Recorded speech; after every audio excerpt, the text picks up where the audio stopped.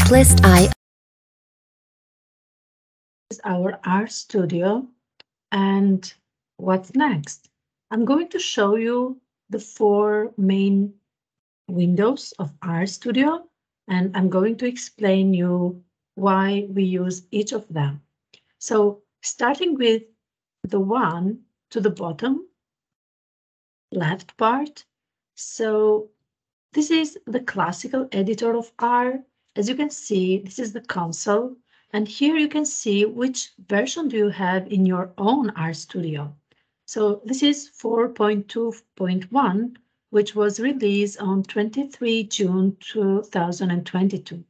What I would advise is that try to update the version of R at least once in 6 months, because every new release has something special and something new. And it will also help you to update also the other packages you are working with during this time. So the console window will help you to show the results of your codes. If you are running some codes, all the display will be here. If it is just a result, let's say a numerical result or something related to a logical result, it will be displayed here. Otherwise, if you are expecting a graphic visualization or graphic results, then this window to the right side at the bottom will help you to display the basic graphs. So in this window here, you will see in the tab, plots tab, you will see the display of your graphs, which means those basic graphs, such as bar charts, box plots, scatter plots. So the basic but not dynamic graphs or animation graphs, the other basic graphs will display here. But if at some point of your work you are working with dynamic graphs or animation graphs, of course, they will be displayed in this viewer pane here. So if you are expecting a graph and you are not seeing the results in the plot window, just go and check in the viewer pane window here. What next? The Packages tab is very helpful, especially when you are working day by day and you need your packages to be updated or you want to install a new package. For example, this is the list of my packages, so the ones I've used during my work here. And if I want to see if, because at some point they will be a lot, and if I want to check if a given package which I want to use is installed here, one option is just to go and search. For example, let's say forecast. Okay, I have it. So I have installed the forecast library, which is a forecasting function for time series and linear models, and the version I'm using is 8.18. So every time you have the name of the package, you have a very brief description of it, and you have the latest version you have installed in your RStudio. Then what if I haven't a package? So a package I want to work with is not installed. At this point, we have this tab install here. Just click on it and then this new window will open for you. And then here you just type the name of the package. Let's say I want ggplot2. So I have many options and suggestions from RStudio, but I need only, let's say, ggplot2, which is the basic for graphical visualizations in R. And I'm sure you're going to install it. So I click on ggplot2 and then I go and I install it. The installation process will take some time, but at this point, let's say I'm not going to close my window of RStudio, and what you will see during the installation process, you will also see this stop red button here. It means that R is working, so please don't stop it. Otherwise, at some point, your session may terminate. So at the end, you see ggplot2 is successfully unpacked, so it is installed. But this is not all. If I'm going to use some functions from this library, I need to call it. What does it mean? It means that I can do it by searching in the package window here. So I'm going ggplot2, and I just click this box here, which automatically will enable the function of this library for me. Or I can also do it directly in my console here to the left bottom part, and just write down library and then the name of the package I'm going to use. So it's up to you to decide. And then you also have in this bottom right part of your screen, you have the Help tab. Here you can search about a given topic, or you also have the Presentation tab, which will come later to this. But as the first part of introducing you with RStudio, I suppose plot, packages, viewer, and help are very, very useful. And if you are going to work with a special folder in your documents in your computer, there is this files menu, and here you have a lot. So this is your home. And then if you want to use a given folder because you have all the materials there, you just go and check it. Okay? So let's skip it for the moment. We will see it in the next session. What else? Let's go to the window in the right side and above the plot window. So here what you have the environment part. So here are most of the objects you have created during your work. Maybe at the beginning this will be empty for you because maybe you haven't worked with that, but at some point you will have a list of your objects. If they are data sets, if they are models, if they are just vectors, you will have here a list of them. And the history here, it's just the history for your session now. So this one is the history of what we have worked during our session now and how you can use it. For example, if I just want to install or to call a library, I just click on it. And then you have these options here to console or to sourcer.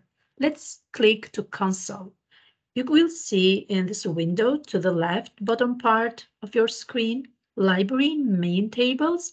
So I can run it and automatically all the functions from this library will be used for my purposes. And you have also some other tabs here which you can explore. So the tutorials are something new for you and you can use it, but lucky us, there is a huge community on the web who can help you regarding many, many issues with R and RStudio. Let's go to the most important part, which is this window to the left side above. This window here is the window where you are going to save your scripts, your files, your R Markdown projects. Automatically, a new script window or documents will be open for you as soon as you open RStudio. So if I'm going to write here, this window is just for you to write codes. So for example, let's do some simple math. I can write codes here. I'm using some very basics functions in R, and later maybe I will show to you some other things.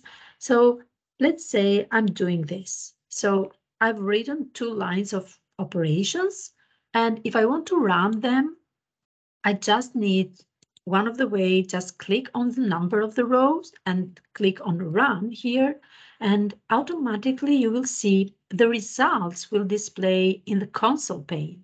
So you are not going to see results in your script here, but you are going to see the results below it. And if I want more than 2 lines of code, so to run it all, I just select them and I just click on run, and you will see immediately the results here for the 2 lines of codes. What else? Let's say I want to add some comments to my code. So we can use, we can use this sign here, the sign of a kind of a hashtag. And after this, we write comments. For example, I'm going to write example1, and then I'm going to write some codes. Let's say plot. Plot is a very basic function in R. it helps us to display graphically our data. So for example, I'm using again here one of the very known data sets in R, which is the cars data set. As you can see, Rstudio will suggest to you something related to a data set or related to a function. The cars data set has two variables, speed and stopping distances of cars. So let's see what happens if I'm going to plot it. Let's run it. And you can see in the window, in the plot window, you can see the visualization. I will also show to you how we can save this visualization in our next meetings. Let's go further. What else if I want to add a comment after my line of codes? Let's say I'm going to use some basic formula again, some logarithms, and then some signs of numbers, let's say 5 and other things. And then I want to write a comment immediately after this line of code because it is very easy for me to remember what this line of code is doing for me. So immediately you can use the hashtag sign and then immediately you write down your own comments. For example, these are some math operations. And what happens? If I want to write comments, I need to write them after I use this hashtag sign. So let's say I'm going to start example 2. And here I'm going to explain something. So this data set is an easy one. And what I'm going to use here is the iris data set. So the iris data set is in two options in R, but you can either choose one of them. And this will be the graph of iris variables. Let's see what happens. I'm running it, and you will see by default in R, the graph will be this one for this data set. So there are many variables compared to the previous one, so we have many graphs here. Okay, so what's next? I want to save my work. So how am I going to save it? As you can see here, you have the name untitled. Untitled, and in this red color, it means that your document has some changes and you haven't saved it. How you can do? You can directly click on save, or you can use the file menu here and save or save as and so on. Let's go with the easy option. Here, it's the place where I'm going to save, let's say, my work. I just type a name here, example 1, and then I'm going to save it. So now I have example 1 in R, which is automatically saved. But what if I add something new, even a new line in R?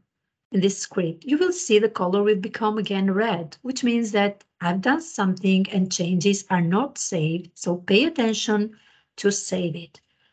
So I can add information here. Let's say example 3 to be continued.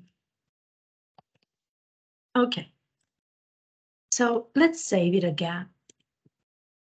Let's go back to our high history here. So here you see you have all the codes you have run in your console. So not those which are just in your script, but all those codes which are in your console here. Okay, so what's next? I suppose the next will be how to create our own project in RStudio. So stay tuned. I'm going to show you next time.